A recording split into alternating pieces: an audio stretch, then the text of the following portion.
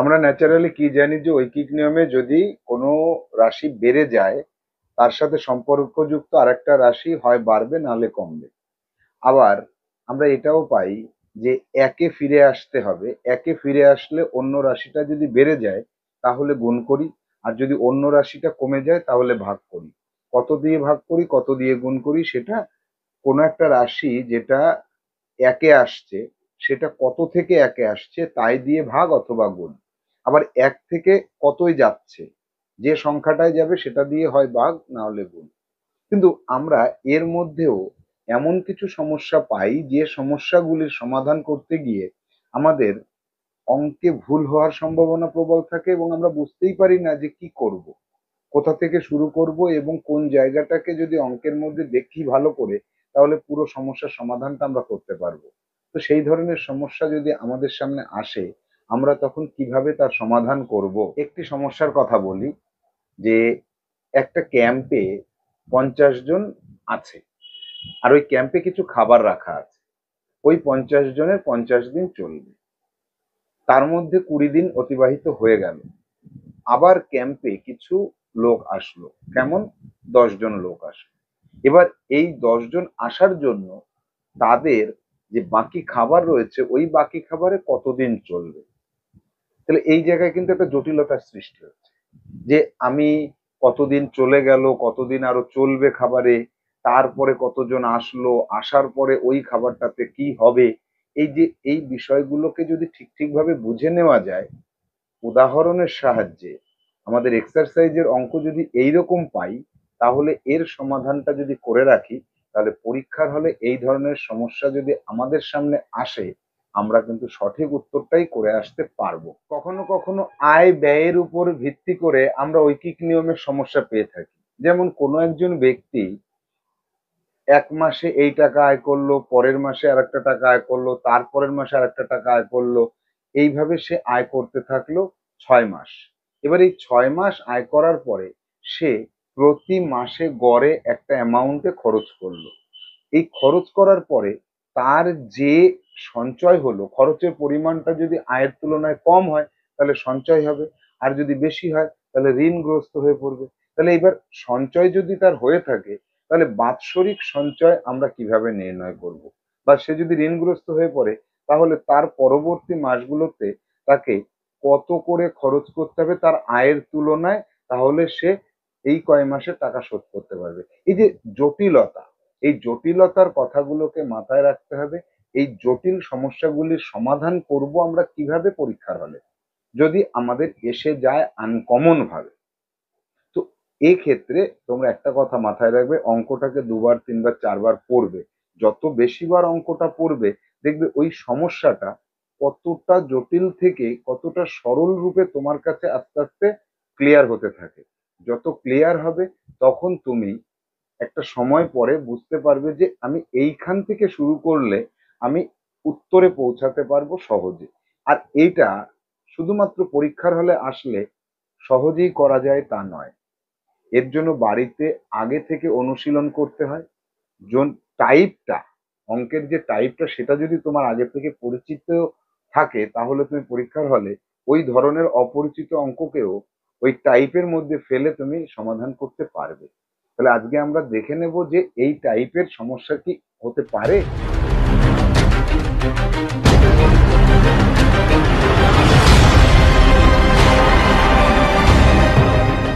Hello students, welcome to Shah institute Jawahar Navodaya বিদ্যালয় প্রবেশিকা পরীক্ষার অঙ্ক ক্লাস। নিশ্চিত নবোদয় বই, অষ্টম অধ্যায় ঐকিক নিয়ম। এই অধ্যায়ের আমরা 41 দাগ থেকে 70 দাগ পর্যন্ত যে সমস্যাগুলি পাবো সেই সমস্যাগুলিকে আমরা পড়বো, বোঝার চেষ্টা করব এবং সমাধান করব। তার মধ্যে অনেক সমস্যা আমরা দেখতে পাবো যেখানে একই রকম, একে আসলে হয় গুণ না হলে ভাগ, তারপরে তার সমাধান। এটাই তো ঐকিক নিয়মের আসল বিষয়। কিন্তু তার মধ্যে কয়েকটি সমস্যা আমরা আজকে পাবো যেগুলিতে ওই একে আসা পর্যন্ত আমাকে আরো কয়েকটা স্টেপ পার করে আসতে হবে। তাহলে চলো আমরা বইয়ের পাতায় চলে যাই, দেখি সমস্যাগুলিকে এবং সমাধানটাও করে নিই তাড়াতাড়ি।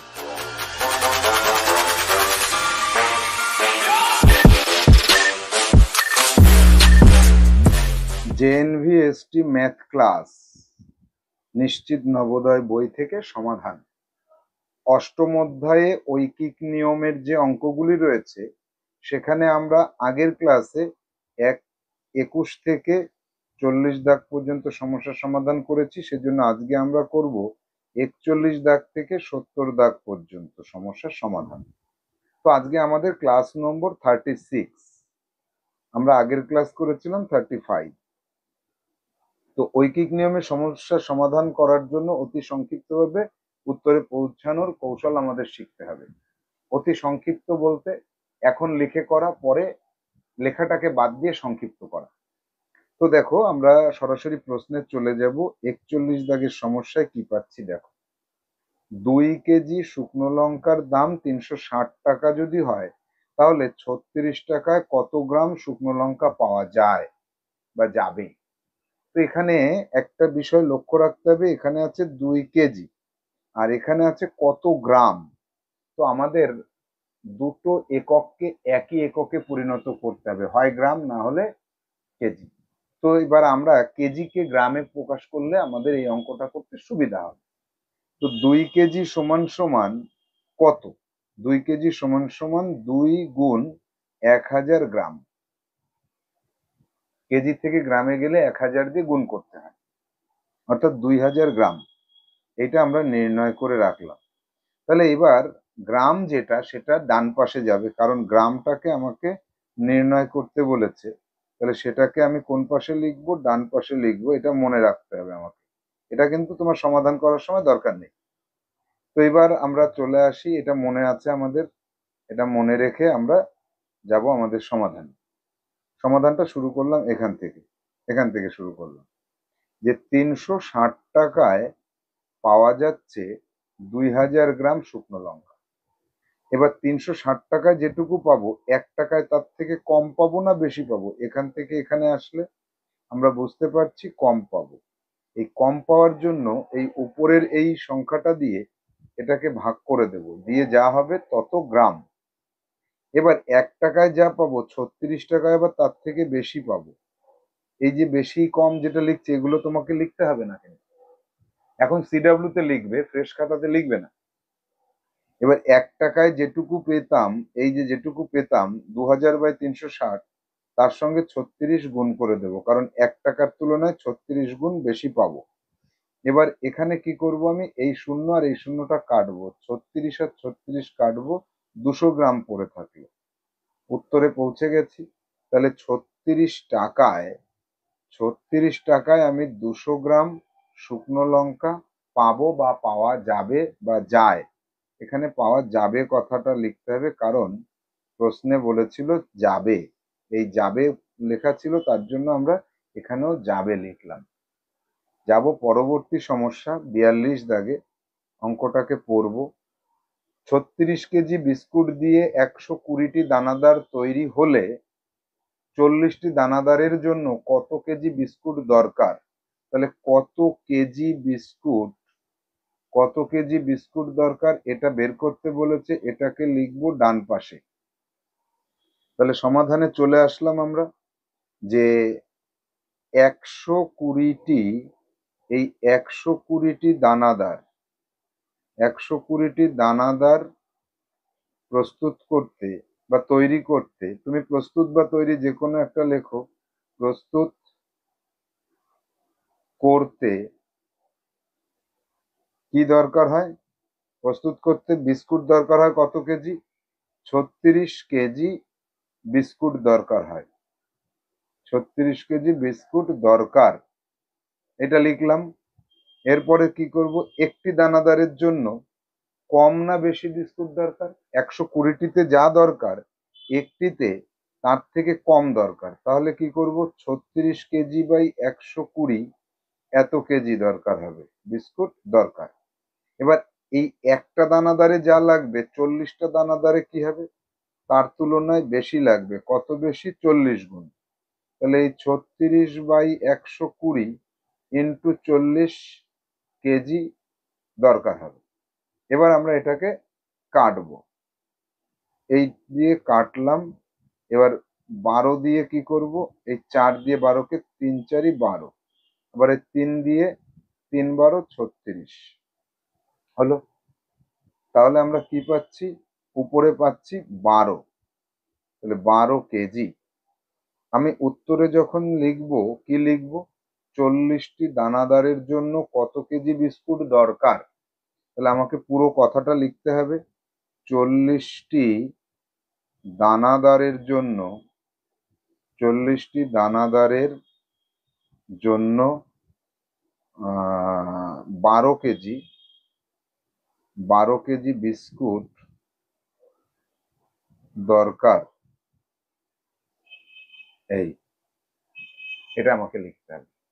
এবার তোমরা সিডাব্লিউ তে এই যেমনটি আমি করছি এই পর্যন্ত তুমি করছো, ঠিক আছে, কিন্তু যখন তোমাকে এই অঙ্কটা এইচডাব্লিউ দেওয়া হবে তখন কিন্তু তোমাকে পুরো অঙ্কটা লিখে করতে হবে। যেমন ধরো এখানে এই যে আমি এইটা দিয়েছি, এইটা তুমি দিতে পারো, অথবা এই পুরো কথাটাও লিখতে পারো। এবার এই পুরো কথাটা এইভাবে লিখতে গেলে অনেকটা সময় লাগবে বলে তুমি এই যে এই চিহ্নটা দিয়ে অঙ্কটাকে করতে পারো। যাব পরবর্তী সমস্যায়, 43। রঞ্জনের 40টি জামা কাটতে 920 সেমি কাপড় লাগে, 5টি জামা কাটতে কত মিমি কাপড় লাগবে? মিমি, তাহলে এখানে আছে সেমি, এখানে আছে মিমি। তো আমাকে সমাধানের শুরুতেই কি করতে হবে, যে 920 সেমি, এই সেমি থেকে মিমিতে গেলে 920-র সাথে kilo hecto decametre deci centi milli, তাহলে 10 দিয়ে গুণ করতে হবে। 10 দিয়ে গুণ করলে কত হবে, 9200 মিলিমিটার, মিলিমিটার। এটা নির্ণয় করে রাখতে হবে। এবার কত মিমি কাপড় লাগবে এটা ডান পাশে রাখবো, তাহলে 40টি, এখানে লিখবো, পুরো কথাটা লিখে করব। 40টি জামার জন্য 40টি জামার জন্য দরকার, কি দরকার, 9200 মিমি কাপড় দরকার। তাহলে একটি জামাতে তার থেকে কম কাপড় দরকার হয় না বেশি কাপড় দরকার হয়? একটিতে কি হয়, একটির জন্য দরকার হয় কম। কতটুকু কম দরকার হয়, এই 40টাতে যা দরকার তার 40 ভাগের 1 ভাগ দরকার হয়। তাহলে আমরা 40 দিয়ে ভাগ করে দেব এত মিমি। আর একটাতে যা দরকার হয়, 5টাতে কি হয়, একটার তুলনায় 5 গুণ দরকার হয়। তাহলে একটাতে কত দরকার হয়েছিল, এইটা বাই 40, এর তুলনায় আরো 5 গুণ দরকার হবে।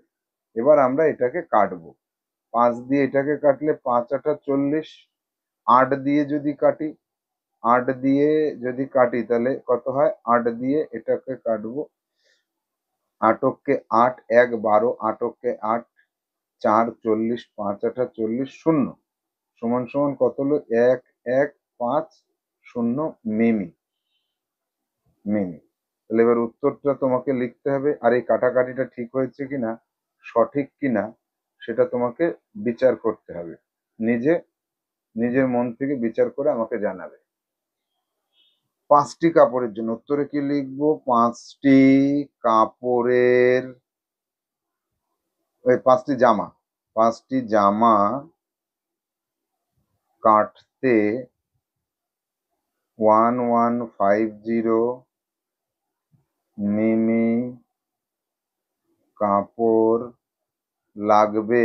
দরকার হবে কথাটা এখানে বলবো না, লাগবে কথাটা বলবো। প্রশ্নে যেটা চেয়েছে সেটা লিখলে আমার অসুবিধা নেই, এই পর্যন্ত করতে হবে। যাব পরবর্তী সমস্যাতে, 44 দাগে কি বলছে, একটি ট্যাঙ্কির ভাড়া 350 টাকা 50 কিমির জন্য। ওই একটা ট্যাক্সির ভাড়া হবে, এটা একটা ট্যাক্সির ভাড়া, 350 টাকা হচ্ছে 50 কিলোমিটার জন্য। 36 কিমি পথ যাতায়াতের জন্য কত খরচ দরকার হবে? তো এই অঙ্কটা সমাধানে গিয়ে অনেকেই ভুলটা করবে কি, সেই ভুলটা উত্তরের এ অপশানে থাকবে। আবার এই যে ভুলটা করবে, এই ভুলটা কিন্তু আবার তোমার যে পরীক্ষার হলে প্রশ্নপত্র পাবে, সেই প্রশ্নপত্রে তোমার এই ভুলটা থাকবে। দেখা যাক সেই ভুলটা কি। যে 50 কিমির জন্য দরকার হবে 350 টাকা। এই যে আমি এখানে এই দাগগুলো দিই, তোমরা কি করো, এই দাগগুলোই দিয়ে দাও, হুবহু লিখে ফেলো। সেটা তো করা যাবে না, তোমাকে এখানে লিখতে হবে। এই যে আমি যে দাগটা দিলাম না, আজকে আমি পুরো বুঝিয়ে দিচ্ছি। আমি সিডাব্লিউ দেখার সময় অনেকের মধ্যে এটা দেখি, 50 কিমি যাওয়ার জন্য ভাড়া সমান সমান 350 টাকা। এই কথাটা পুরোটা লিখতে হবে, যেটা আমি দাগ দিয়েছি সেই দাগের জায়গাটা এই কথাটা তোমাকে লিখতে হবে। এরপরে আসবো 1 কিমি যেতে গেলে তাতে কি হবে, কম টাকা ভাড়া দরকার হবে। তাহলে সেটা হবে 350-এরও 50 ভাগের 1 ভাগ টাকা। আবার 1 কিমিতে যে টাকাটা লাগে তার তুলনায় 36 কিমিতে বেশি টাকা দরকার হয়। তাহলে 350 ভাগ 50, 1 কিমি, তার থেকে 36 কিমিতে বেশি। তাহলে 5 দিয়ে এখানে কাটবো, এখানে কাটলে কত হয়, 0 0 কাটলাম, 5 7 35, 7 দিয়ে কত হয়, 6 7 42, হাতে থাকলো 4, 3 7 21 আর 4 25, অর্থাৎ 252 টাকা। এবার তোমার অপশনগুলোর মধ্যে এ অপশনে থাকলো 252 টাকা, বি অপশনে থাকলো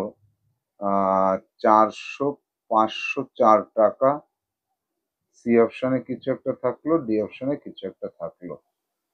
তুমি কিন্তু গতানুগতিক ভাবে এ অপশনটাকে গোল করার প্রবণতা দেখাবে। এখানে এখানে যদি তুমি এ অপশনটাকে গোল করার প্রবণতা দেখাও, তাহলে আমি বলবো যে তোমার অঙ্কটা ভুল হয়েছে। অঙ্কটাকে আবার পড়বো আমরা। এই ভুলটাকে লেখো আগে, এইটাকে লিখতে হবে,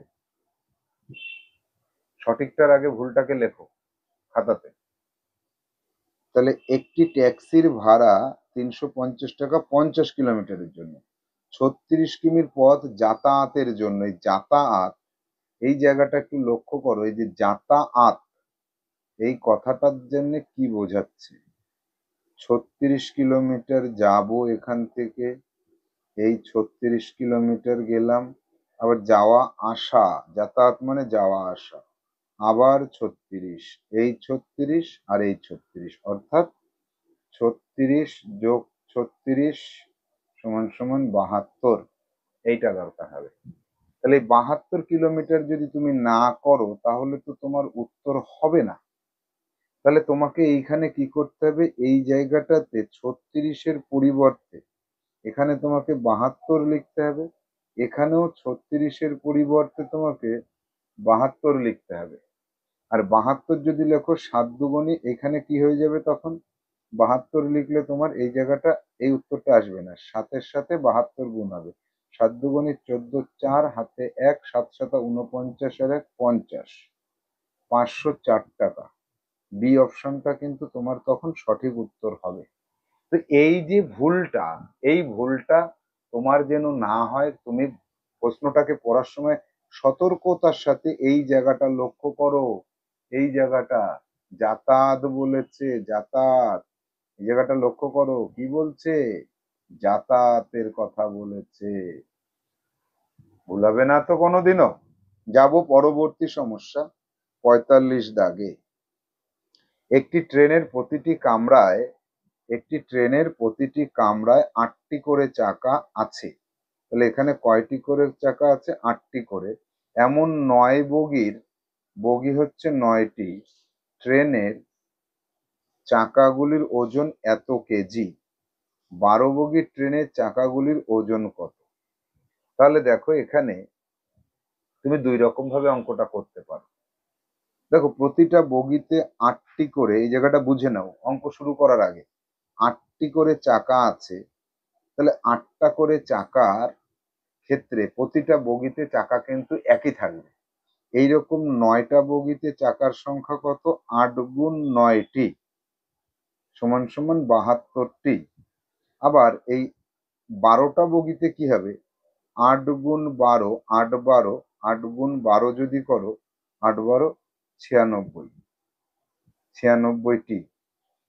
এবার তুমি এরকম করতে পারো যে 9 বগির ট্রেনের চাকাগুলির ওজন যে 72টি, এখানে অঙ্কটা শুরু করলাম, 72টি চাকার ওজন, সমস্যা সমাধান করার পরে আমি সংক্ষিপ্তভাবে বলে দিচ্ছি। ওজন সমান সমান 1080 কেজি। একটি চাকার ওজন সমান সমান 1080 থেকে কম হবে, একটার ওজন কম হয়। আবার একটার যা ওজন হয় তার তুলনায় 96টার ওজন বেশি হয়। কত হবে, একটার ওজন আগে বের করে নিয়েছি, 72 দিয়ে ভাগ, গুণ 96। এবার দেখো এইটা করলে তোমার উত্তর সঠিক আসবে। তুমি এই গুণটা এই এই সরলটা করো, এখানে সরলটা আগে করো, তুমি নিজে নিজে করো, করে আমাকে বলো 1080 × 96। দেখো তো, 1080 গুণ 96, ভাগ করো তাকে 72 দিয়ে, করলে কত হচ্ছে, ভাগ করতে বলেছি কত দিয়ে, 72 দিয়ে ভাগ করতে বলেছি। তাহলে উত্তর আসবে উত্তর আসবে 1440, 1440 কেজি। মিললো কি মিললো না, এই জায়গাটা বলো। এবার দেখো এই যে যে ওজনটা এসেছে, এই ওজনটা তুমি যদি এই 8টা চাকা 9টা বগি, 8টা চাকা 12টা বগি, এই দুটোই যেহেতু সেম আছে, তখন তুমি একটা কাজ করতে পারতে, এই 8 দিয়ে দুবারই গুণ করার তো দরকার নেই। তুমি এই জায়গাটা লক্ষ্য করো, এই যে সরলীকৃত জায়গাটাকে একটু বোঝার চেষ্টা করো, তাহলে তোমার কাছে অঙ্কটা অনেক ইজি হয়ে যাবে। যে এখানে বলেছে 1080 × 96, মানে 8 × 12 = 96, আর এখানে 72 মানে কত, 8 × 9। তাহলে 8টা কাম মানে 8টা চাকা, 8টা চাকা দুটোতেই সেম আছে, এই দুটো জায়গাতে সেম থাকার জন্য এই 8 আর এই 8 কেটে যাচ্ছে। তাহলে আলটিমেটলি আমি যদি চাকার কথাটা না বলে শুধু বগি দিয়ে অঙ্কটা করতাম, উপরে 12টা বগি আর নিচে 9টা বগি, তাহলেও কিন্তু একই উত্তর আসতো আমার। তুমি করো এবার এখানে এই জায়গাটায়, আবার করো, আবার এই সরলটাকে নিজে করো। আমি কিন্তু রাফে দেখতে চাইবো 1080 × 12 ভাগ 9, 1080 × 12 ভাগ 9, 1440 আসছে। এখানেও কিন্তু উত্তর আসছে কত, 1440, এটাই আসছে। তাহলে এই ক্ষেত্রে আমরা এই সমস্যার সমাধানটা কিভাবে করতে পারি, তাই তো?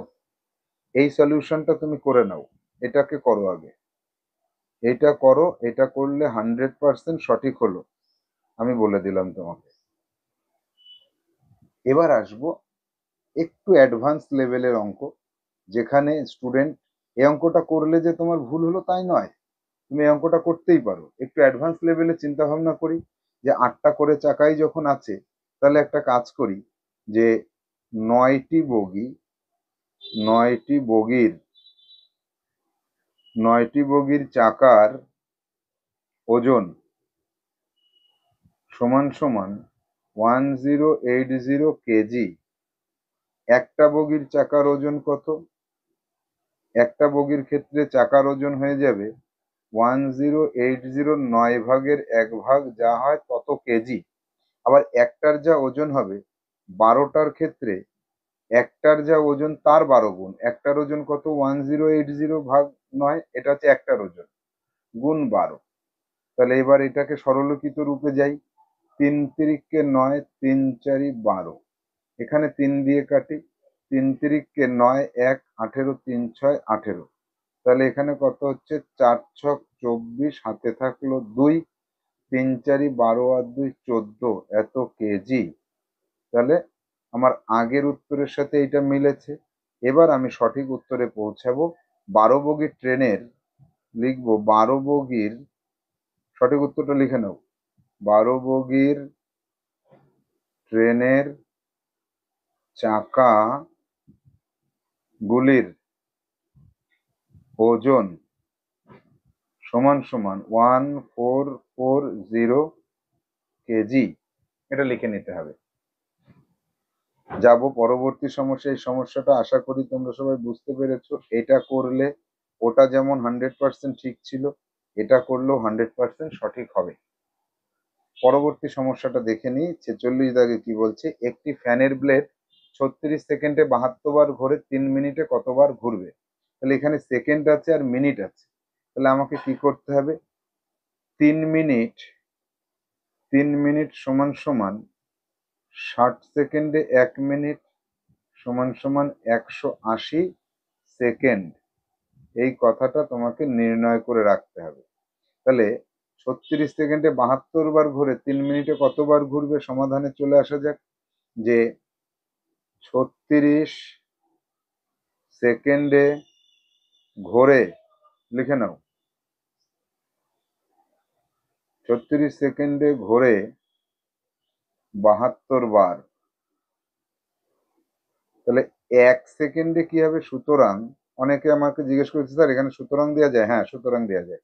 1 সেকেন্ডে ঘোরে ইকুয়াল টু ওই 72 বারের 36 ভাগের 1 ভাগ ততবার, এতবার ঘোরে।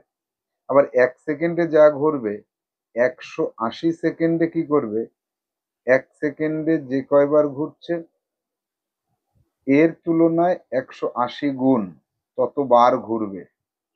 এবার আমি কি করব, এই 36 দিয়ে 72কে কাটলে হয় 2, 2 দিয়ে 180কে গুণ করলে কি হয়, গুণটা করে দেখি, 18 দুগুণে 36, 360 বার।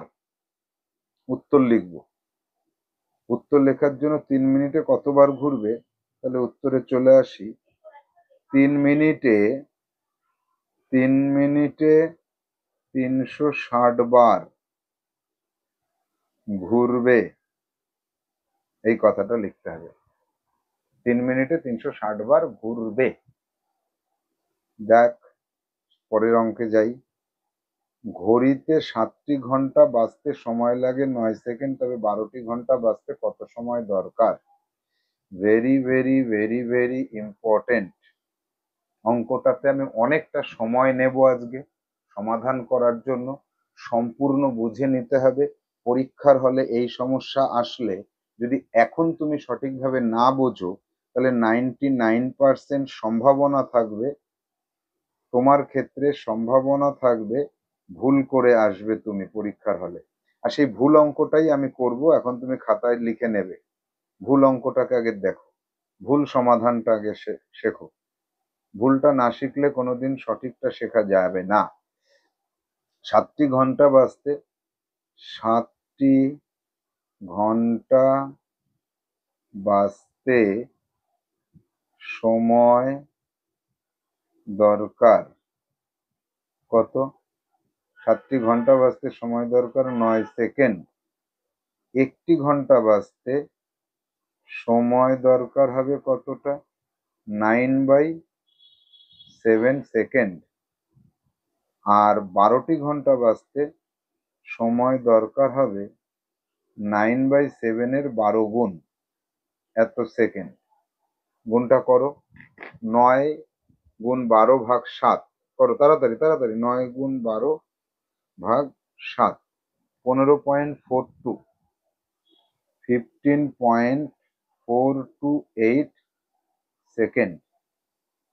তোমার পরীক্ষার হলে এ অপশনে থাকলো 15.428 সেকেন্ড, বি অপশনে থাকলো 15 সেকেন্ড, আর একটা অপশনে থাকলো সি অপশনে 16.5, ডি অপশনে কিছু একটা থাকলো।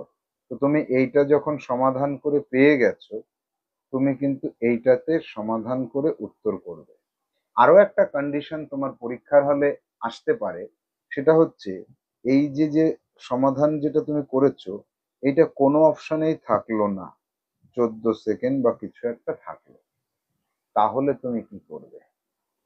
এইবার আমাকে সঠিক উত্তরে পৌঁছাতে গেলে যে জায়গাটায় মনে রাখতে হবে সেই জায়গাটায় আসি।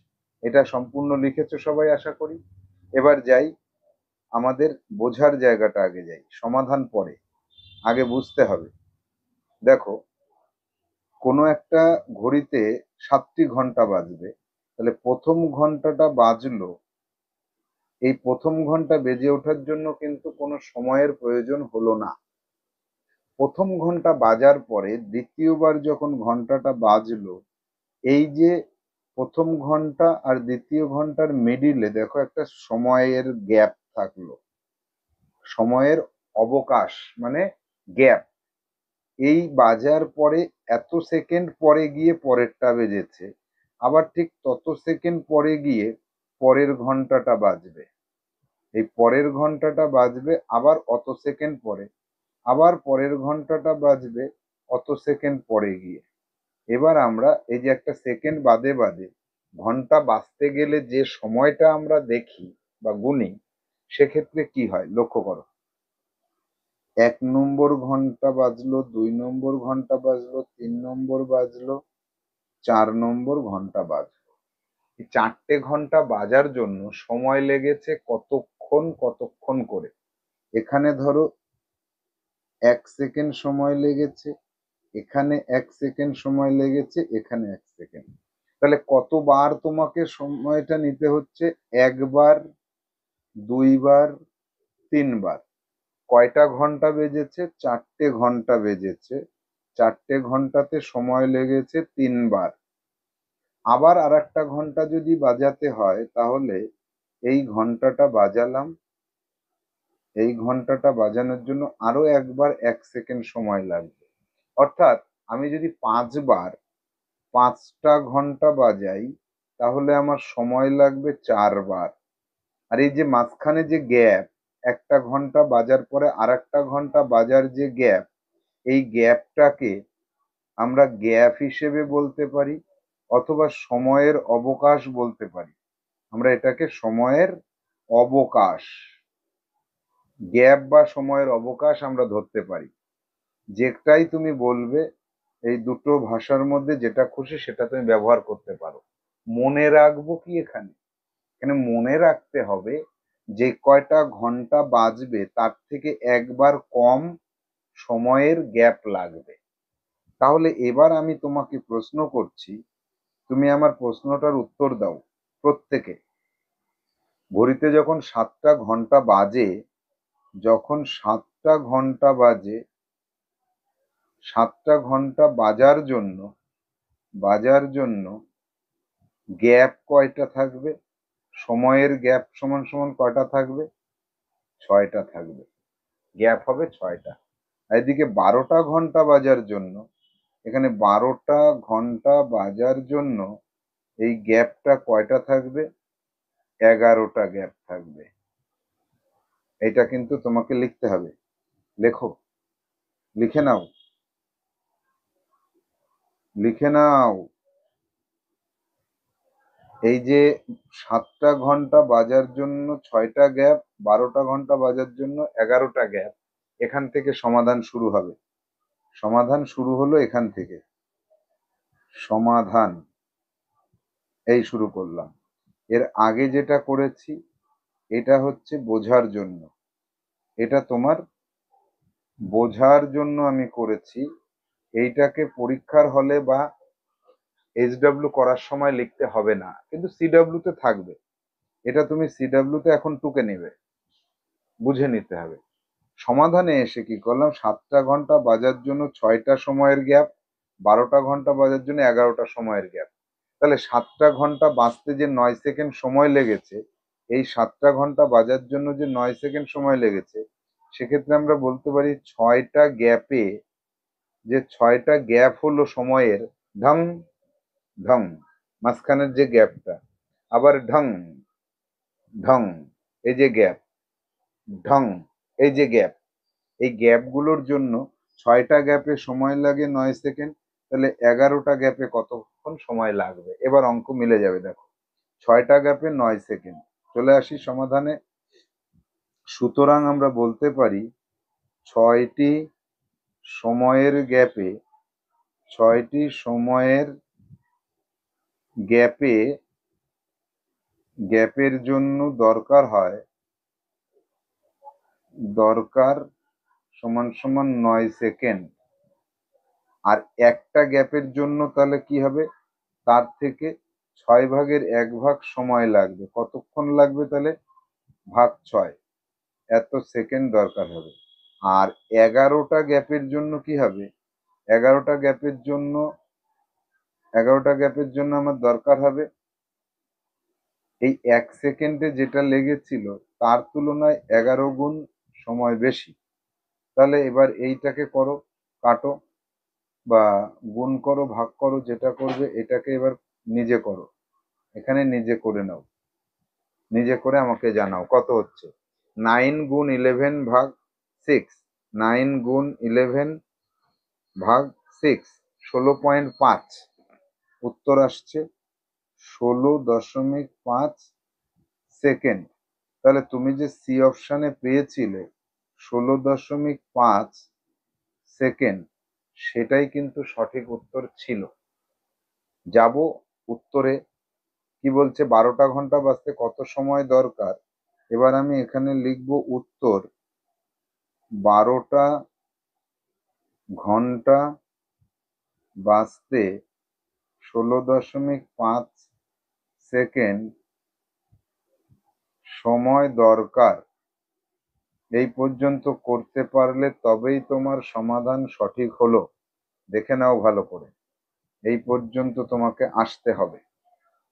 বুঝে নাও ভালো করে, ভালো করে বুঝে নেবে আজকে, এবং আজীবনকালের জন্য এটা যেন তোমার মাথার মধ্যে থেকে যায়। পরীক্ষায় এই ধরনের সমস্যা ভেরি ভেরি ইম্পর্টেন্ট সমস্যা। যাব এবার আমরা পরবর্তীতে। 48 দাগে কি বলছে দেখি।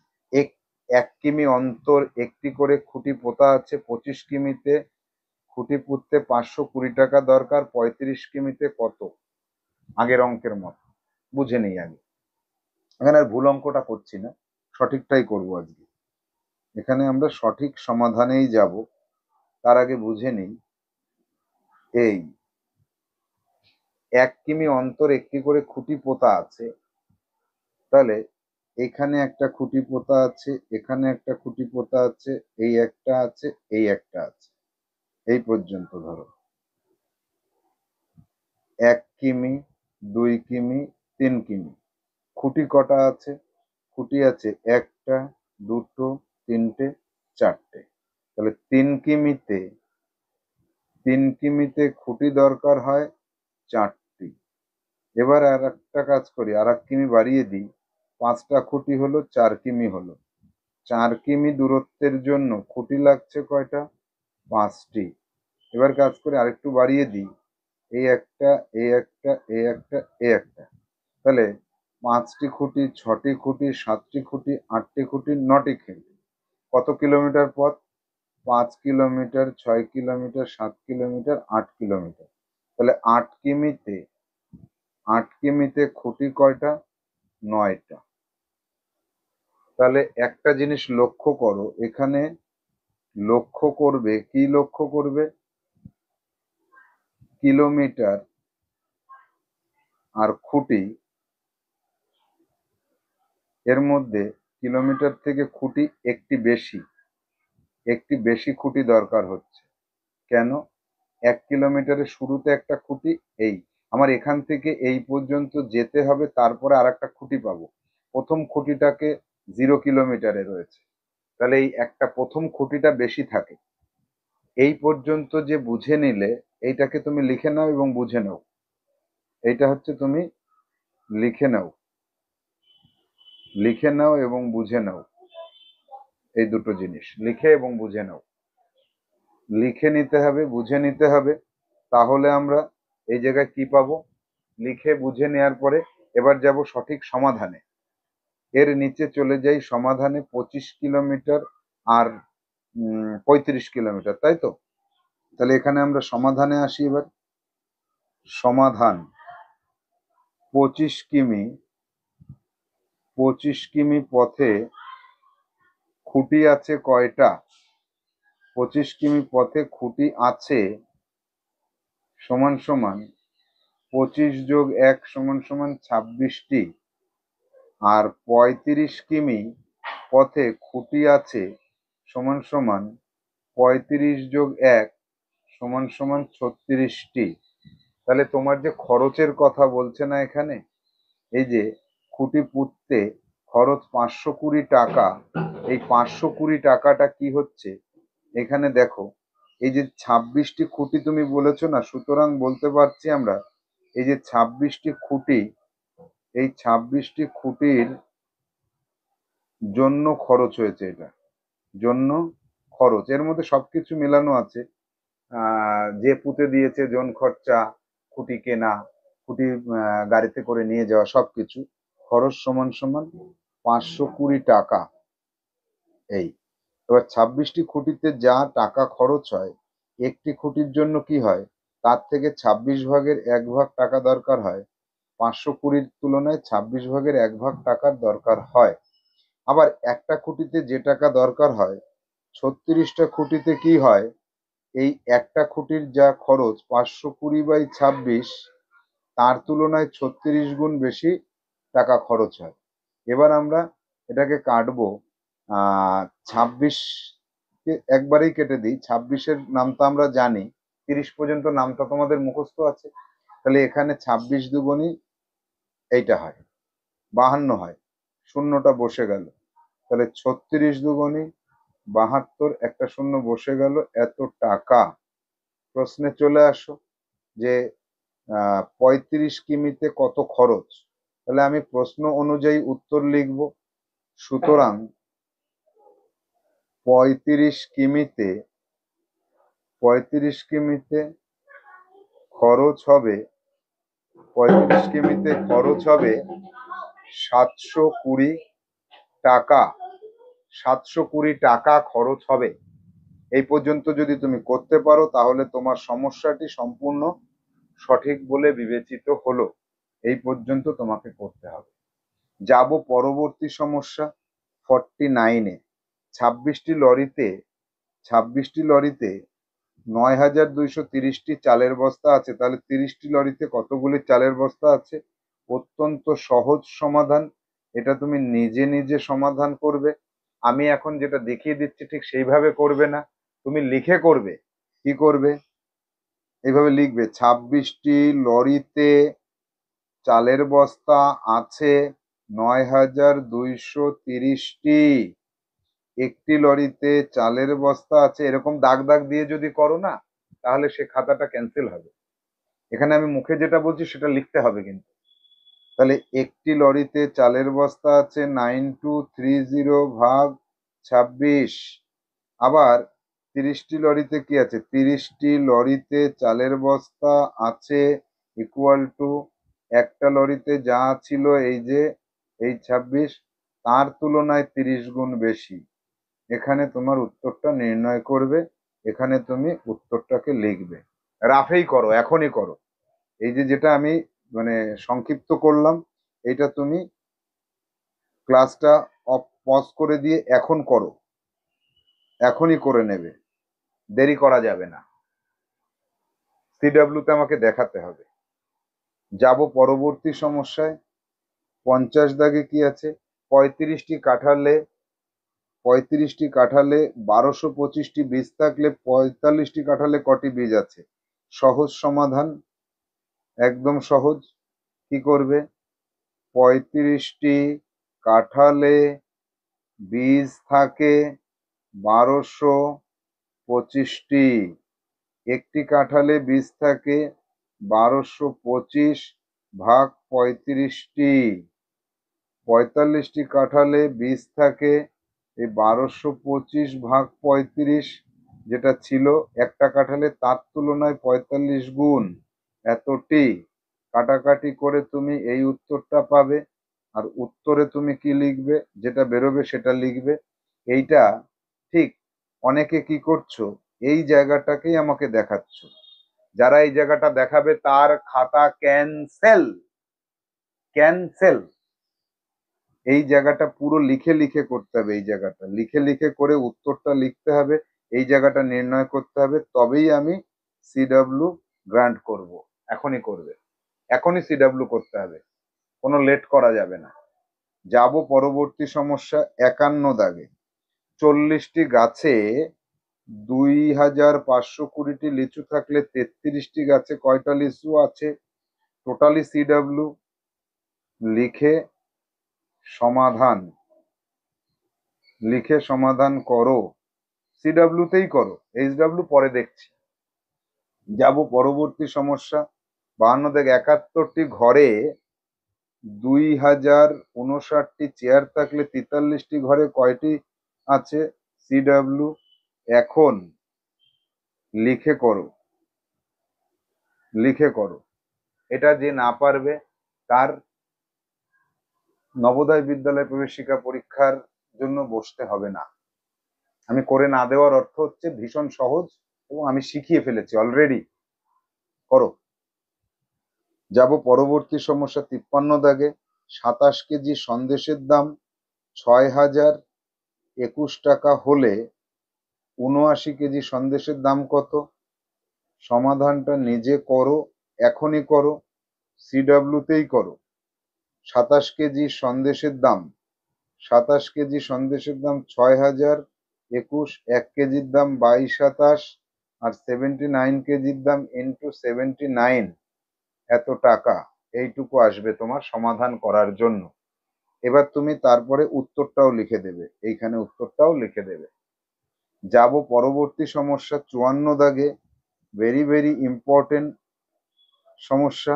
কয়েকটা টাইপ আছে এই সমস্যাতে, মন দিয়ে শিখে নিতে হবে। এটা মনোযোগ বাড়াও। এখানে তোমরা ভিডিও ক্লাস দেখার সময় কেউ কেউ গেম খেলো, কেউ কেউ পেন দিয়ে অন্য খেলা খেলো, কেউ কেউ শুয়ে পড়ো, কেউ কেউ বাইরে বেরিয়ে যাও। আমি কিন্তু সব কিছু দেখতে পাই। তুমি কি করছো আমি এখনই দেখতে পাচ্ছি। অর্থাৎ মনোযোগ বাড়াও, এখনই বাড়াও। অঙ্কটা ভেরি ভেরি ইম্পর্টেন্ট। একটি ক্যাম্পে 45 জনের 180 দিনের খাবার মজুদ ছিল। তাহলে কতজন, আমি একটু লিখে লিখে করি। জন আর তাদের কত দিনের খাবার মজুদ আছে? 180 জনের খাবার আছে যদি 45 জনে খায়। যদি আরো 15 জন ওই ক্যাম্পে যোগদান করে তাহলে ওই খাবারে কতদিন চলবে? অর্থাৎ এই 45 জনের সাথে আরো 15 জন যোগদান করে মোট 60 জন হয়ে গেল। 60 জন হয়ে গেল। এইবার আমি বিষয়টা বুঝে গেছি। আমি একটা কাজ করি, সমাধানে চলে যাই সঙ্গে সঙ্গে। এই অঙ্কটা সহজ আছে বলে আমি একবারে সমাধানে যাচ্ছি। 45 জনের লিখবো, 45 জনের চলবে 45 জনের চলবে 180 দিন। আর একজন যদি খায় তাহলে 180 থেকে 45 ভাগ করব এতদিন, তাই তো? এটা হলো তো? নেই, একটু আগে যেটা বললাম সেটা নেই, মনোযোগ নেই। অঙ্ক করতে করতে বেশি সময় হয়ে গেছে বলে বোর ফিল করছো? মনোযোগ নেই তোমার, মনোযোগ বাড়াও। কি বলছে? 45 জন যদি খায় তাহলে 180 দিন চলবে। এই জায়গাটা আমি চিহ্নিত করে দিই। 45 জন যদি খায় তাহলে 180 দিন চলবে। যদি ওই খাবারটাই একজন খায় তাহলে টুক টুক টুক টুক করে একজন খেলে অনেক বেশি দিন চলবে। কতদিন চলবে? এই 180 দিনের তুলনায় 45 গুণ সময় চলবে। অর্থাৎ এই জায়গাটায় কি হয়ে যাবে? এইখানটায় হয়ে যাবে 180 দিনের থেকেও 45 গুণ বেশি সময় ধরে চলবে। আর যদি আরো 15 জন আসে তাহলে একবারে যদি অঙ্কটা করতে হয় তাহলে এখানে 15টাকে যোগ করে দিয়ে ইকুয়াল টু 60 করে দাও, একবারে হয়ে গেল। আর নাহলে উপরে এক লাইন আগে লিখে রাখতে পারো, এখানে এক লাইন লিখে রাখতে পারো, সেটার দরকার নেই। তাহলে 180 গুণ 45 দিন যদি একজন খায় তাদের চলবে। যদি একজনের খাবার 60 জনে খায় তাহলে দিনের সংখ্যা 60 ভাগের 1 ভাগে চলে আসবে, তখন এতদিন চলবে। এবার এটাকে সংক্ষিপ্ত আকারে নাও, আমার আগে আগে নাও। আমি যেটা করছি সেটা দেখার দরকার নেই, আমি আমার মতন করে করলাম। 3 5 15, 3 4 12, আমি আমার মতন করে করেছি। আমি আমার মতন করে উত্তর লিখবো, তুমি সিডব্লিউ তে তোমার মতন করে উত্তর লেখো। কি লিখবো আমি? আমি লিখবো তাহলে তাহলে ওই খাবারে 135 দিন চলবে। এখানে প্রশ্নটা ঘুরিয়ে দেওয়া যেতে পারতো পরীক্ষায় হলে, যে যোগদান করে তাহলে ওই খাবারে কত কত কম দিন কত কম দিন চলবে। এইটা যদি থাকতো তাহলে কি করতে হতো, আমাকে আর একটা লাইন অঙ্ক করতে হতো। কি করতে হতো? 180 দিন চলার কথা ছিল কিন্তু আমার চলছে 135 দিন, তাহলে 45 দিন কম সময় ধরে আমি খাবারটা খেতে পারছি, 45 দিন কম সময় আমার খাবারটা চলতো। এইরকম প্রশ্ন কিন্তু পরীক্ষার হলে থাকতে পারে, এইটা মনে রাখবে, এটা কিন্তু মনে রাখতে হবে। তাহলে কিন্তু তোমার পরীক্ষার হলে গিয়ে আর কোনো রকম কোনো ভুল হবে না। যাব আমরা পরের অঙ্কে। পরের অঙ্কে তো কি বলছে, একই ধরনের অঙ্ক দেখো, 55 দাগ। একটি ক্যাম্পে 45 জনের 180 দিনের খাবার মজুদ ছিল, যদি 15 জন ক্যাম্প থেকে চলে যায় তাহলে ওই খাবারে কতদিন চলবে। 15 জন যদি চলে যায় তাহলে আমি এক কাজ করি, 45 জনের থেকে, এটা লিখে রাখি আগের থেকে, 45 জনের থেকে 15 জন চলে গেলে থাকে কত? থাকে 45 - 15 = 30 জন। কতজন থাকে?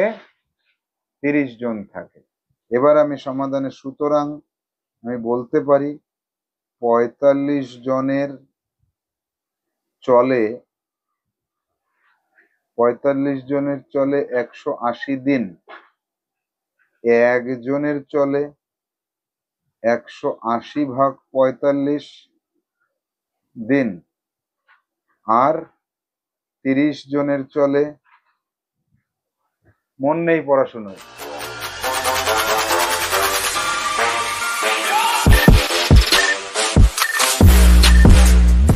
পড়ায় মন নেই তো, মনোযোগ বাড়াতে হবে তো। কি বলেছে? 45 জনের চলে কতদিন? 180 দিন। একজন খেলে তো অনেক বেশি দিন ধরে খাবারটা খাবে।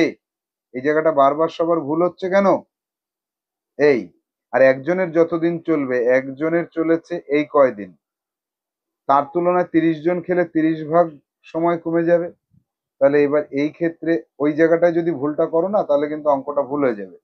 এবার কি করব, 30কে কাটলে হবে 6, তাহলে গুণ করলে হবে 6 × 5 = 30, হাতে 3, 4 × 24 আর 3 = 27, 270 দিন। তাহলে উত্তর কি লিখবো? তাহলে ওই খাবারে, আমার উত্তর হবে এটা, ওই খাবারে চলবে 270 দিন। প্রশ্নটা ঘুরিয়ে দিল, ওই খাবারে কতদিন বেশি চলবে। এই প্রশ্নটাও তোমাকে করতে হবে, চলবে কতদিন, এটা একটা প্রশ্ন। এর পরবর্তীতে 55/a আর একটা সমস্যা গঠন করো। এই সমস্যার নাম লেখো 55/a, যে কতদিন বেশি চলবে এইটা দিয়ে প্রশ্নটা গঠন করো। সেক্ষেত্রে সমাধানটা কি করব আমরা? সমাধানটা করব যে 270 দিন চললো আর আগে চলতো 180 দিন, তাহলে 8 আর 9 17, 90 দিন বেশি চলবে। কতদিন বেশি চলবে? 90 দিন। দেখো আগের অঙ্কটাতে 15 জন বাড়াতে 45 দিন কম চললো, আর এখানে 15 জন বাড়াতে 45 দিন বেশি চলবে, তা না হয়ে 90 দিন বেশি চললো। কেন হলো এইটা যদি আমাকে কেউ বলতে পারো, তাকে আমি একটা প্রাইজ দেব। যাব পরবর্তী সমস্যাতে, দেখবো সেখানে কি বলছে। একই ধরনের সমস্যা 56 দাগে। একটি ক্যাম্পে 45 জনের 180 দিনের খাবার মজুদ ছিল, যদি 30 দিন পর আরো 15 জন ওই ক্যাম্পে যোগদান করে, তাহলে ওই খাবারে কতদিন চলবে। আগের দুটো অঙ্কের তুলনায় অনেক বেশি ইম্পর্টেন্ট, এইটা বুঝতে হবে। এখানে মনটা দিতে হবে। এবার চলে আসো, মনটাকে নিয়ে আসো এইবার অঙ্কের মধ্যে, আরো বেশি করে মনটা বাড়িয়ে দাও, এখানে মনোসংযোগটা বাড়াও। একটি ক্যাম্পে 45 জনের 180 দিনের খাবার মজুদ ছিল, 30 দিন হয়ে গেছে। তাহলে 30 দিন অতিবাহিত হয়ে যাবার পর কি ঘটনা ঘটছে দেখি।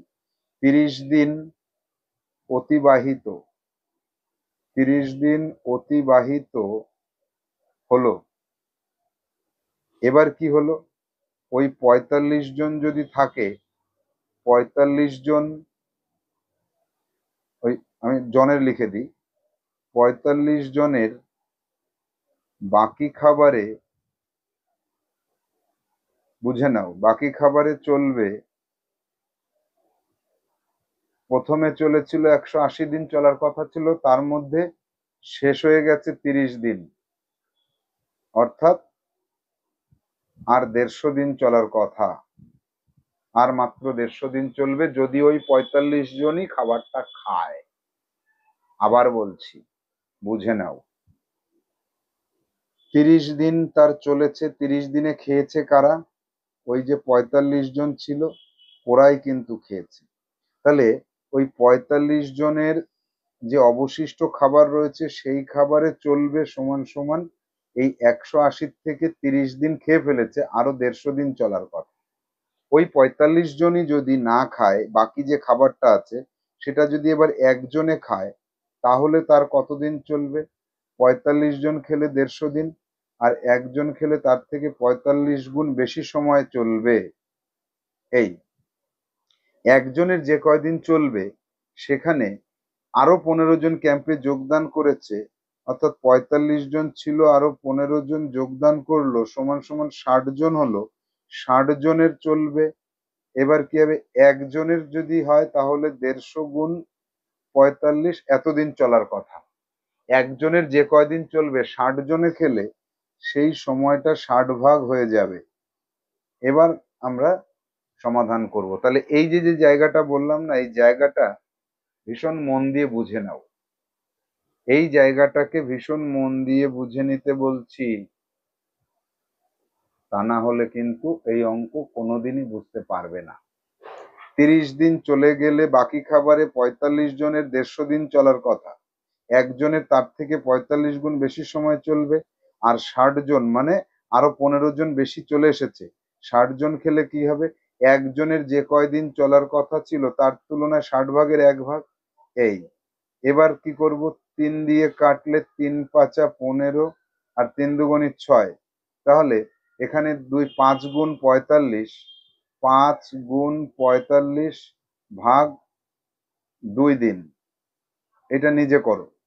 5×45, এই জায়গাটা ঠিক করে নাও, এখানে সমান সমান দিয়ে করো, 5×45 ভাগ 2 দিন সমান সমান কত হয় দেখো তো, তাড়াতাড়ি করো, তাড়াতাড়ি তাড়াতাড়ি, কুইক। 5×45 ভাগ 2, 112.5 দিন, অর্থাৎ 112 দিন হয়ে আর পরের দিনের পুরো খাবার চলবে না, অল্প কিছুক্ষণ খেতে পারবে তারা। এবার উত্তর লিখতে হবে। উত্তর আমরা কি লিখব, লিখবো ওই খাবারে কতদিন চলবে। তাহলে লিখতে হবে ওই খাবারে চলবে 112.5 দিন। হয়ে গেল, অঙ্কটা পুরোটা দেখে নাও। এবার সম্পূর্ণ অঙ্কটাকে এবার বুঝে নেওয়ার চেষ্টা করো। এখানে সম্পূর্ণ সমাধান যেটা করেছি এটাকে ভালো করে বুঝে নাও। এই সমস্যা পরীক্ষায় কিন্তু আসার পক্ষে ভেরি ভেরি ইম্পর্টেন্ট। যাব পরবর্তী সমস্যা। 57 দাগে কি বলছে, একটি ক্যাম্পে 45 জনের 180 দিনের খাবার মজুদ ছিল, 70 দিন পর 15 জন ওই ক্যাম্প ছেড়ে চলে যায়, তাহলে কতদিন চলবে। আগের অঙ্কটার মতো একটু পার্থক্য রয়েছে, দেখো 180 দিন চলার কথা, তার মধ্যে 70 দিন অতিবাহিত হয়ে গেছে, থাকলো কতদিন, থাকলো 110 দিন। 110 দিন। এবার সমাধানে কি লিখবো, এবার লিখব হচ্ছে 45 জনের, যদি 45 জনই খায়, 45 জনের বাকি খাবারে চলবে সমান সমান 110 দিন। একজন যদি খায় তাহলে ওই বাকি খাবারে একজনের চলবে 110-এর সঙ্গে 45 গুণ করে দাও, অনেক বেশি দিন চলবে। আবার 15 জন ক্যাম্প ছেড়ে চলে গেলে কতজন থাকে? এই 15 জন যদি চলে যায় তাহলে ক্যাম্পে পড়ে থাকে 30 জন। 30 জনের চলবে একজনের যে কয়দিন চলার কথা, এই কয়দিন, তার 30 ভাগের 1 ভাগ সময় চলবে। এইবার আমরা কি করব? এবার আমরা এটাকে সরলতম রূপে নেব, 0 আর 0 কাটবো, তাহলে পাবো উপরে 11 গুণ 45 ভাগ 3, এতদিন। করো তাড়াতাড়ি, নিজে করো, আমার আগে করবে, এক্ষুনি বসে করবে, কোনো ক্যালকুলেটর ইউজ করবে না। যারা ক্যালকুলেটর ইউজ করো, এই যে 45 গুণ 11, তাকে আবার ভাগ করছি 3 দিয়ে, এইভাবে যারা ক্যালকুলেটর ইউজ করবে তাদের কিন্তু এই অঙ্ক কোনোদিন শেখা হবে না। পরীক্ষার হল কিন্তু তাকে বুঝিয়ে দেবে, এই যে ক্যালকুলেটর ইউজ করে যারা, তারা পরীক্ষায় ফেল করে। তাহলে 165 দিন, 165 দিন ওই খাবারে কতদিন চলবে? 165 দিন চলবে। চলা উচিত ছিল 110 দিন, সেখানে আরো বেশি দিন চলবে। তাহলে এবার উত্তরটা কি লিখবো? ওই খাবারে চলবে 165 দিন। হলো, 165 দিন চলবে। এবার যাব পরের সমস্যায়। 58, প্রান্তিকা ম্যাডাম মাসে 18,000 টাকা আয় করে, তার থেকে 3,500 টাকা বাড়ি ভাড়া দেয়, 7,600 টাকা সংসার খরচ করে এবং 1,600 টাকা হাত খরচা করে, বাকি টাকা সঞ্চয় করে। তাহলে প্রান্তিকা ম্যাডামের মোট খরচটা আগে বের করি। তাহলে লিখি, ম্যাডামের, আমাদের ছাত্রী প্রান্তিকা, বাংলা বইতে আছে এর নাম প্রথমেই। প্রান্তিকা ম্যাডামের মোট খরচ সমান সমান, সে 3,500 টাকা বাড়ি ভাড়া দিয়েছে, যোগ করব 7,600 টাকা সংসার খরচ করেছে, 1,600 টাকা সে হাত খরচ করেছে। তিনটেকে যোগ করব, যোগ করলে কত পাচ্ছি দেখো তো? 0 0, 6 6 12 আর 5 17, 7 হাতে 1, 1 আর 1 2, 7 আর 2 9, 9 আর 3 12। তাহলে 12,700 টাকা সে মোট খরচ করেছে। তাহলে ম্যাডামের, সুতরাং এখানে সুতরাংটা লাগবে, ম্যাডামের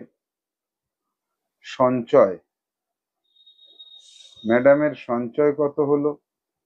18,000 টাকা সে মাসে আয় করে, তার থেকে সে খরচ করে কত? 12,700 টাকা। 0 0 বিয়োগ করে দিলাম 3 5। তাহলে 12,700 টাকা খরচ করলে 5,300 টাকা, এই 5,300 টাকাটা সে খরচ মানে সঞ্চয় করে কবে? 1 মাসে। তাহলে ম্যাডামের এই সঞ্চয়ের জায়গাটাতে তোমাদের প্রত্যেকেরই লিখতে হবে, আমি প্রথমে ইচ্ছে করেই লিখিনি মাসিক সঞ্চয়। ম্যাডামের মাসিক সঞ্চয় এটা। সুতরাং বাৎসরিক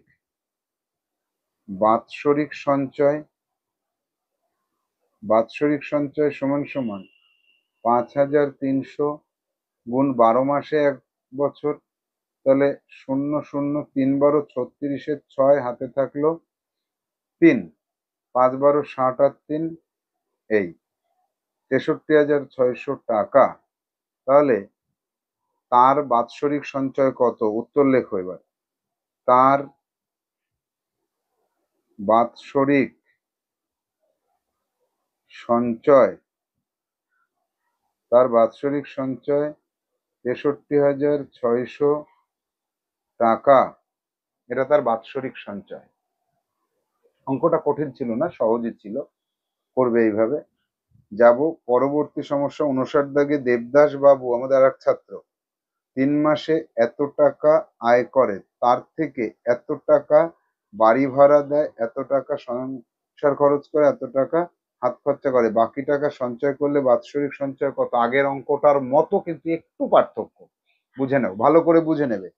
আগের অঙ্কটার মতো একটু পার্থক্য আছে। তাহলে দেবদাস বাবু, এখানে লিখবো দেবদাস দেবদাস বাবুর মোট খরচ, মোট খরচটা আগে নির্ণয় করে নাও। কত? 3,500 টাকা খরচ করেছে, 4,700 টাকা খরচ করেছে, আর 900 টাকা খরচ করেছে। মোট কত টাকা খরচ করলো? শূন্য শূন্য, 7 আর 5 12 আর 9 21, হাতে থাকলো 2, 4 আর 2 6 আর 3 9, 9,100 টাকা সে খরচ করে ফেললো। কিন্তু সে আয় করেছে কত? 16,500 টাকা। তাহলে সঞ্চয় করলো কত? এখানে সুতরাং সুতরাং সঞ্চয় ইকুয়াল টু 16,500 মাইনাস 9,100। ভালো করে লক্ষ্য করো তো, 4,700, 900 টাকা, 3,500 টাকা। তো তাহলে 3,500 আর 4,000, 7,000, 8,200 আর 900, 9,100 টাকা, একদম কারেক্ট। এবার এটা বিয়োগ করে দাও। তাহলে 0,0,4, 7,400 টাকা, এই টাকাটা সে সঞ্চয় করেছে। এবার বাৎসরিক সঞ্চয় যদি বলে, তাহলে এই 7,400 টাকার সাথে 12 গুণ করলে যে টাকা হবে সেটা বাৎসরিক সঞ্চয় হবে। কিন্তু সেটা হবে না। কেন হবে না? অনেকে বুঝতে পেরেছো, অনেকে বুঝতে পারোনি। যাদের মন নেই তারা বুঝতে পারোনি, যারা গভীরভাবে অঙ্কটা করছো তারা কিন্তু অলরেডি ধরে ফেলেছো। এখানে 12 দিয়ে গুণ করলে চলবে না, এইখানে আমাকে বুঝতে হবে 3 মাসের কথা বলছে, আর তার থেকে 3 মাসে খরচ করেছে, 3 মাসে খরচ করেছে, 3 মাসে খরচ করেছে। অর্থাৎ এবার আমি লিখব, সুতরাং 3 মাসে সঞ্চয় করে, 3 মাসে সঞ্চয় করে 7,400 টাকা, 1 মাসে সঞ্চয় করে একটু কম হবে, 7,400 থেকে 3 ভাগের 1 ভাগ হবে। আবার 1 মাসের তুলনায় 12 মাসে কি করে? 12 মাসে এই 7,400 ভাগ 3, যেটা 1 মাসে ছিল তার তুলনায় 12 গুণ হবে। এবার এটাকে আমরা যদি কাটি, 3 দিয়ে কাটলে হয় 4, 4 দিয়ে করলে 4 × 4 = 16, 4 × 7 = 28, 29 টাকা। তাহলে উত্তর লিখি। এবার উত্তর কি লিখব? উত্তরে চলে যাব আমরা, যে তার বাৎসরিক সঞ্চয় কত, এই জায়গাটা লক্ষ্য করো, তার বাৎসরিক সঞ্চয় কত। তাহলে উত্তরে লিখে দাও, তার বাৎসরিক সঞ্চয় ইকুয়াল টু 29600 টাকা। এটা তার বাৎসরিক সঞ্চয়। সম্পূর্ণ অঙ্কটাকে একবার দেখে নাও, এই তোমার সম্পূর্ণ অঙ্ক। ভেরি ভেরি ইম্পর্টেন্ট অঙ্কের মধ্যে এটাও কিন্তু একটি। যাব পরবর্তী সমস্যা 60 দাগে। শুভম 7 দিনে আয় করে এত টাকা, সে আগস্ট মাসে কত টাকা আয় করতে পারে? আগস্ট মাসে কত দিন? আগস্ট মাসে 31 দিন। তাহলে 7 দিনে আয় করে 210 টাকা, একদিনে আয় করে কত? 210 ভাগ 7। 31 দিনে আয় করে কত? 210 ভাগ 7 ইন্টু 31 টাকা। এই যে লিখতে হবে, এখানে আমি যেটা করলাম না, এইখানে লিখে, মুখে যেটা বললাম আমি সেটা লিখে করো। সিডব্লিউটা কিন্তু আমি চেক করব, যদি পুরো লেখা না হয় খাতা ক্যান্সেল করে দেব। এরপরে উত্তর লিখবে। যাব পরবর্তী সমস্যা 61 দাগে। 2016 সালের ফেব্রুয়ারি মাসে বিবেকবাবু সপ্তাহে 63 টাকা আয় করলে ওই মাসে সঞ্চয় সঞ্চয় করলে ওই মাসে সঞ্চয় কত? আচ্ছা, 2016 সাল, একটু এটা সিডাব্লিউ তে করা লাগবে না, এটা মনে মনে, এটা মনে মনে করো। 2016কে 4 দিয়ে ভাগ করলে কত হয়? আচ্ছা, পুরোটাই লিখে করো। 2016কে 4 দিয়ে ভাগ করলে মিলে যাচ্ছে 4 5 20, 4 4 16। সুতরাং বলতে পারি 2016 সাল লিপ ইয়ার, এটা বলে দিতে পারি আমরা। 2016 সাল হচ্ছে লিপ ইয়ার। সুতরাং একথাও বলতে পারি ফেব্রুয়ারি মাসে 29 দিন, এটাও বলতে পারি। এবার শর্টে বলছি, তুমি করবে যে 7 দিনে সঞ্চয় করে 63 টাকা, 1 দিনে সঞ্চয় করে 63 ভাগ 7 টাকা, 29 দিনে সঞ্চয় করে গুণ 29, 29 দিয়ে গুণ করে দেব, সমান সমান যেটা পাবো এত টাকা হবে। এরপরে উত্তর লিখবো, উত্তরটা নিজে লিখতে হবে।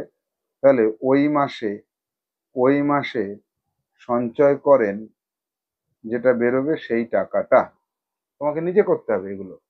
এগুলো সবই হচ্ছে সহজ অঙ্ক, বোঝার পরে সেইটুকু করতে পারবে, তাই আমি সিডাব্লিউ দিচ্ছি। সিডাব্লিউ জমা করার সময় এই অঙ্কটা পুরোটা চাই। ঠিক এর নিচে 61 দাগ লিখবে, এর নিচে লিখবে 61 দাগ। এবার তুমি সিডাব্লিউ শুরু করবে, নিজে নিজে লিখে করবে অঙ্কটা। যাব পরবর্তী সমস্যা 62 দাগে। 25টি গরু 20টি মহিষের খড় খায়, 36টি মহিষের খাবারে কতগুলি গরু খেতে পারবে? তাহলে 20টি মহিষের খাবারে 25টি গরু খেতে পারে। একটি মহিষের খাবারে কয়টা গরু খেতে পারে? কম গরু খেতে পারে। আবার 36টিতে কি হবে? বেশি খাবার খেতে পারবে 36। এই যে যে জায়গাটা, এটা তোমার সিডাব্লিউ, নিজে করো, এখনই করো, নো লেট। তারপরে উত্তর লেখো, উত্তর লিখে ফেলো। যাব পরবর্তী সমস্যায় 63 দাগে। 63 দাগে কি বলছে দেখা যাক। 63 দাগে বলছে তৃষা 1 ঘন্টায় 3.6 কিমি হাঁটতে পারে, 180 মিটার হাঁটতে তার কত সময় লাগবে? তাহলে এক্ষেত্রে আমরা কাজ করি, 3.6 কিমিকে মিটারে নিয়ে আসি। 3.6 into kilo hecto deca metre, এই মিটার লিখে দিলাম, সমান সমান 36000, এখানে দশমিক দিয়ে দাও, এত মিটার, সমান সমান 3600 মিটার লিখে দাও। এই এবার কি করব, যে ঘন্টা, তাই তো? তাহলে 1 ঘন্টা, এটা আমাদের সবার মুখস্থ, সমান সমান 3600 সেকেন্ড, এটাও লিখে রাখো। এবার আসো, এবার সুতরাং কি লিখতে পারবো, যে 3600 মিটার যায়, তৃষা যায় আর কি, যায় 3600 সেকেন্ডে। 1 মিটার যায় 3600 ভাগ 3600 এত সেকেন্ডে। 1 মিটার যেতে যা সময় লাগে, 180 মিটার যেতে তার থেকে বেশি সময় লাগবে। এটা ভাগ 3600 ইন্টু 180 সেকেন্ড। এবার আমি কাটবো, উপরেরটা আর উপরের নিচেরটা কাটা গেল, সমান সমান 180 সেকেন্ড হয়ে গেল। এবার উত্তর লিখব, উত্তর লিখব 180 মিটার যেতে সময় লাগবে 180 সেকেন্ড। যদি অপশানে 180 সেকেন্ড তুমি পরীক্ষার হলে না পাও, তাহলে 180 সেকেন্ড সমান সমান যে 3 মিনিট, সেটা তুমি অলরেডি আমার গণিত বই থেকে শিখে গেছো। 3 মিনিট থাকলে সেটাকে অ্যান্সার করে দাও। তাহলে অঙ্কটা পুরোটা দেখে নাও, এই পর্যন্ত করে তোমাকে উত্তর মেলাতে হবে। যাব পরের সমস্যায়। দেবজ্যোতি 2 ঘন্টায় এত কিমি হাঁটতে পারে, এত মিটার দূরের একটি খুঁটি ছুঁয়ে ফিরে আসতে কত সময় দরকার? ভেরি ভেরি ইম্পর্টেন্ট একটা সমস্যা, ভুল করার প্রবণতা থাকবে 99.99%। 180 মিটার দূরের খুঁটি ছুঁয়ে আবার ফিরে আসতে হবে। তাহলে এই অঙ্কটা করতে গেলে আগে ছবি আঁকতে হবে। এরকম একটা ছবি আঁকো। 180 মিটার, এখানে গেল আবার ফিরে আসলো কত 180 মিটার। তাহলে যাওয়া লিখে নাও। সুতরাং যাওয়া আসায় মোট পথ কত 180 যোগ 180 সমান সমান 8 আর 8 16 6 হাতে থাকলো 1, 360 মিটার। এই এবার আগের অঙ্কটার মতো কি করবে, 2 ঘন্টা সমান সমান কত মিনিট সেটা নির্ণয় করো, আর 3.6 কিমি 3.6 কিমি সমান সমান কত সেকেন্ড সেটাও নির্ণয় করে নাও। করে এবার আগের অঙ্কটায় ফিরে আসি। এই জায়গাটা পুরোটাকে লক্ষ্য করো, এই পুরো জায়গাটা লক্ষ্য করে একদম হুবহু পরের অঙ্কে চলে যাও। এখানে এর পরবর্তীতে কি করতে হবে, এর পরবর্তীর পার্টটা তুমি করবে এরপর, এই যে এই পর্যন্ত করার পর এরপর 63 দাগের মতো করবে। যদি না পারো 63 দাগটাকে 10 বার দেখে নাও। 10 বার দেখার পরেও যদি এইটা না পারো 63 দাগের অঙ্কটাকে 50 বার দেখে নাও। 50 বারের পরেও যদি না পারো আমাকে বলবে, আমি তোমাকে করে দেব। যাব পরবর্তী সমস্যায়। 65 দাগ। প্রতি প্যাকেটে 35 গ্রাম করে জিরার গুঁড়ো আছে, এত কেজি গুঁড়োতে কটি প্যাকেট দরকার? 34.685 KG equal to 34.685 into 1000 gram equal to 34,685 গ্রাম। এবার কতগুলি, তাহলে 35 গ্রামে একটি প্যাকেট, 1 গ্রামে 1/35টি প্যাকেট, আর 34685 গ্রামে 1/35টি প্যাকেটের সাথে 34685 গুণ করে দিলে এতটি প্যাকেট হয়। এটা নির্ণয় করবে, উত্তর লিখবে কটি প্যাকেট দরকার।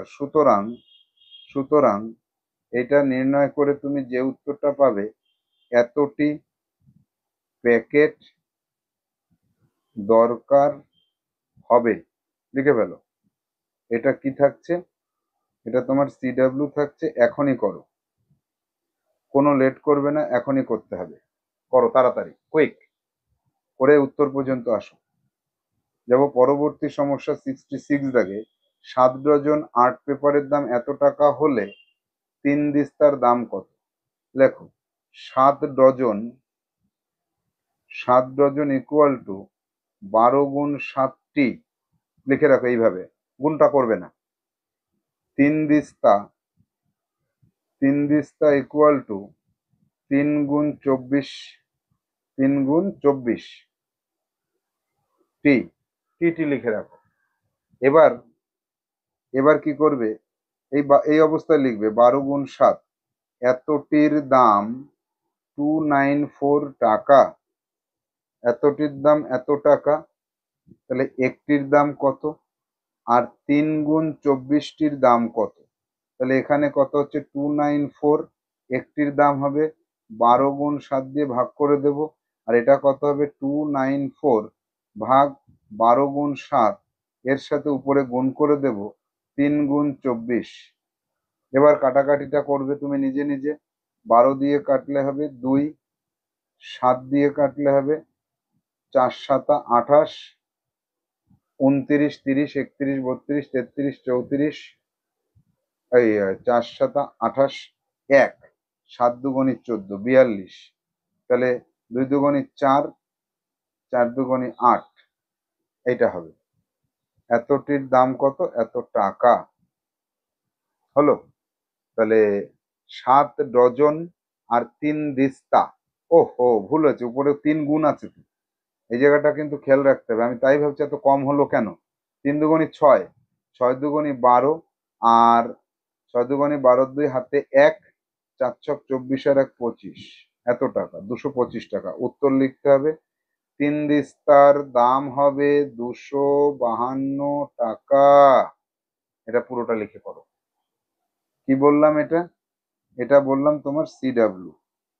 কখন করবে? এখনই করবে, কোনো লেট করা যাবে না। যাব 67 দাগের সমস্যা। একটা সাবানের দৈর্ঘ্য এত সেমি, 70 সেমি, প্রস্থ এত সেমি এবং উচ্চতা এত সেমি। একটি 3.5 মিটার দৈর্ঘ্য, এত মিটার প্রস্থ, এত মিটার উচ্চতার বাক্সে কটি সাবান রাখা যাবে? অর্থাৎ ভেরি ভেরি ইম্পর্টেন্ট একটা সমস্যা পেলাম।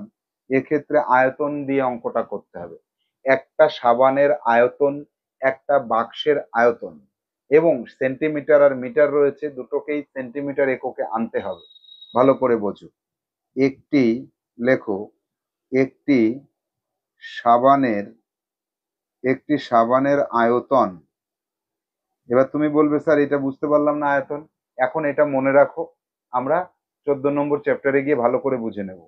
মনে রাখবে, ইয়াদ রাখনা, 14 নম্বর চ্যাপ্টার, নিশ্চিত নবোদয় বই।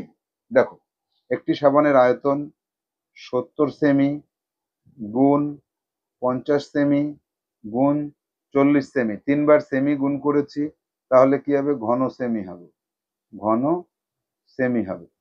আবার বাক্সের বাক্সের আয়তন, সমান সমান 3.5 মিটার থেকে সেন্টিমিটারে যাব। এই হচ্ছে দৈর্ঘ্য গুণ প্রস্থ, 2.5 মিটার থেকে সেন্টিমিটারে যাব, গুণ উচ্চতা 6, এই ঘন সেমি। এই হয়ে গেল।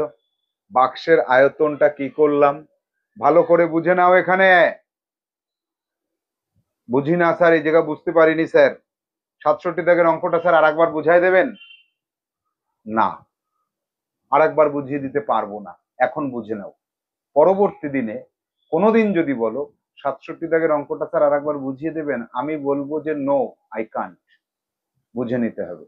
বোঝো, দেখো, ভালো করে বুঝবে। একটি সাবানের যে আয়তন, সেটা দৈর্ঘ্য গুণ প্রস্থ গুণ উচ্চতা ঘন সেমি, সেমি গুণ সেমি গুণ সেমি ঘন সেমি।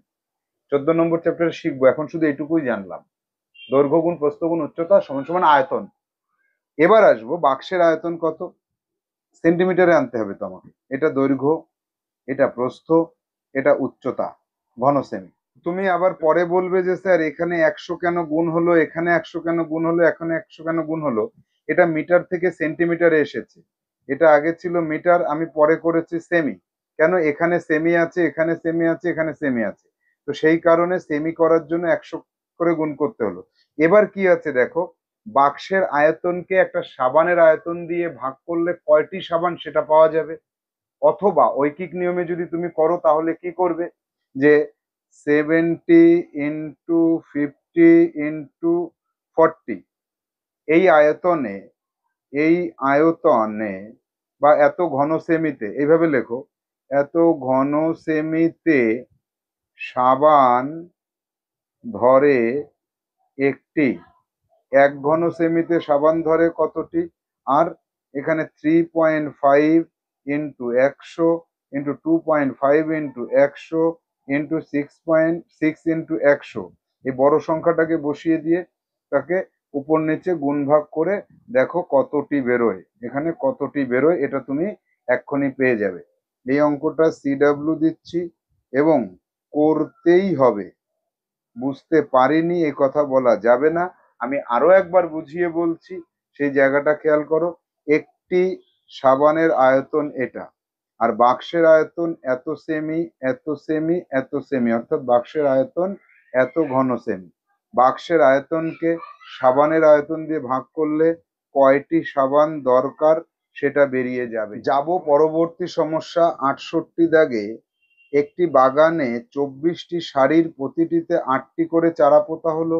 24টি চারার দাম 360 টাকা হলে ওই বাগানে কত টাকা চারা পোতা আছে?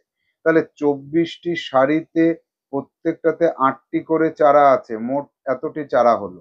এবার 24টি চারার দাম 360 টাকা, একটি চারার দাম এইটা, আর 24 × 8 কি হবে? 24 × 8 এত টাকা, 24 কাটবে, কত টাকা তোমার মোট খরচ হচ্ছে, এই মোট খরচটা বের করবে। This is the CW. CW তে এখনই করো, আমি বসে আছি, এখনই করে দেখাও, তাড়াতাড়ি করবে, নো লেট, কোনো প্রকার লেট করা চলবে না। যাব পরবর্তী সমস্যা 69 দাগে। 5 টাকার মুদ্রার ওজন 23 গ্রাম হলে 120 টাকার 5 টাকার মুদ্রার ওজন কত? তাহলে 120 টাকাতে, 120 টাকায় 5 টাকার মুদ্রা, 5 টাকার মুদ্রা হয় কতগুলো, এটা আগে বের করো। 120 টাকাকে 5 দিয়ে ভাগ করলে 5 দুগুণে 10, 4 5 20, 24টি হয়। তাহলে একটি মুদ্রার ওজন 23 গ্রাম, একটি মুদ্রার ওজন 23 গ্রাম, তাহলে 24টি মুদ্রার ওজন কত? 23 × 24 গ্রাম, ওজন কত? কেজি, এখানে কেজি হবে, কেজি। তাহলে 23 × 24 গ্রাম থেকে কেজিতে যেতে গেলে 1000 দিয়ে ভাগ করতে হয়, তাহলে এখানে লিখবে সমান সমান এত কেজি। এবার এটা সমান সমান কত বেরোচ্ছে, এই কেজিটা তুমি বের করে নির্ণয় করো, এবং তারপরে তুমি কি করবে, এই সিডাব্লিউটা কমপ্লিট হয়ে গেলে লিখবে উত্তর। 120 টাকার 120 টাকায় যে কটি 5 টাকার মুদ্রা হয় তার ওজন সমান সমান এত কেজি। এটা লিখতে হবে তোমাকে নিজেকে, পারবে, আশা করছি পারবেই পারবে। যাব পরের সমস্যায়, 70 দাগ, অর্থাৎ আজকের ক্লাসের শেষ সমস্যা। দেখি, চারটি লোহার বলের দাম ওজন, চারটি লোহার বলের ওজন 2 কেজি 40 গ্রাম, 28টি বলের ওজন কত কেজি? আচ্ছা, এখানে সমস্যা সমাধানটা শিখিয়ে দিচ্ছি। ধরো 2 কেজি 240 গ্রাম, এখানে কি করব, 2 কেজি যোগ 240 ভাগ 1000 কেজি, এই কেজিতে পরিণত করলাম, অর্থাৎ 2.24 কেজি। এটা নিজেরা করে নেবে, কেজিতে পরিণত করে নিলাম। এরপর আমরা দেখে নেব যে এই সমস্যার সমাধান কিভাবে করতে হয়।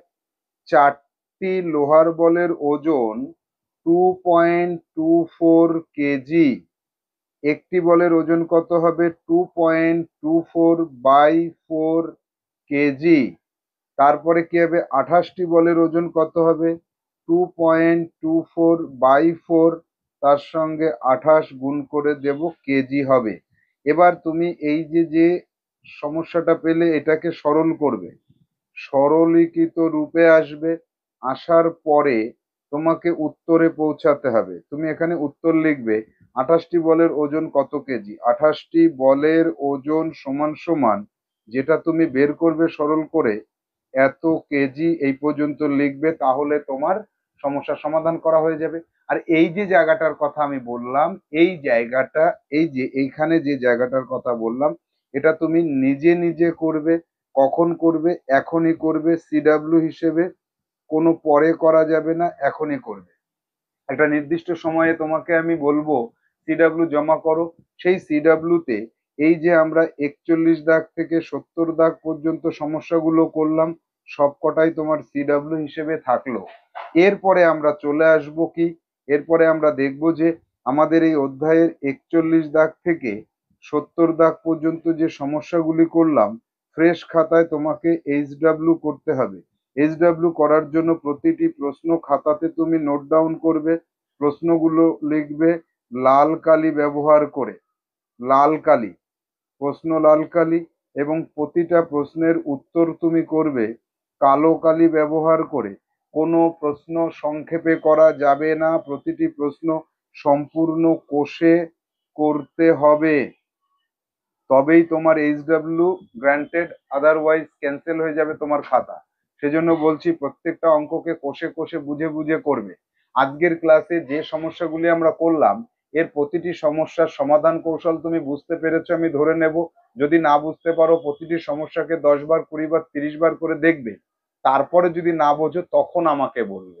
তাহলে আজকে যে সমস্যাগুলি আমরা দেখলাম 41 দাগ থেকে 70 দাগ পর্যন্ত, এই সমস্যাগুলির সমাধান কৌশল শিখে নেওয়ার পর প্রতিটি সমস্যা সম্পূর্ণ খাতায় লিখে লিখে, কোথাও শর্টে অঙ্ক করবে না, একদম প্রশ্নগুলো লিখবে লাল কালি দিয়ে, তার উত্তর করবে কালো কালি দিয়ে, পুরো ফ্রেশ খাতায় করে রাখবে। নির্দিষ্ট সময়ে তোমাকে খাতা জমা করতে হবে।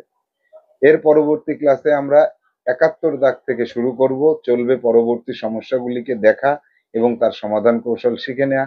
ভালো থাকো, সুস্থ থাকো, প্র্যাকটিস করতে থাকো। টাটা।